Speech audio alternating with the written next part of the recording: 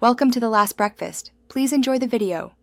You start by making sure your iPhone is current and the Google Calendar app is installed. This prevents sync errors. Once done, open Settings and add your Google account under Passwords and Accounts or Accounts.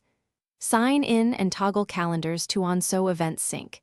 If you prefer iOS Calendar, add the same account there. That lets you view Google Events without a separate app. Make sure background app refresh is enabled so updates arrive automatically while you use other apps.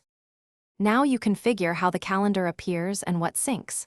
Open the Google Calendar app and go to Menu Settings, then choose each account and calendar to enable display and set colors. Make sure the sync range covers past and future events you need. Shorter ranges reduce data usage. Adjust notifications per calendar so you get reminders you want. Then switch between day, week, and schedule views to see more or fewer events at once, and pick 24-hour time if that helps. Finish by verifying events loaded and test creating an event to confirm sync. If something's missing, pull down to refresh or toggle the calendar off and on in account settings to force a resync. Make sure you're on Wi-Fi or cellular and that app permissions allow background data.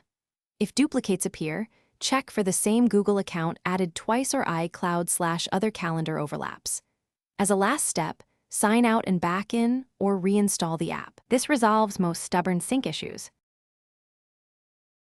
Thanks for watching. If this was helpful, leave a like and consider subscribing. See you next time.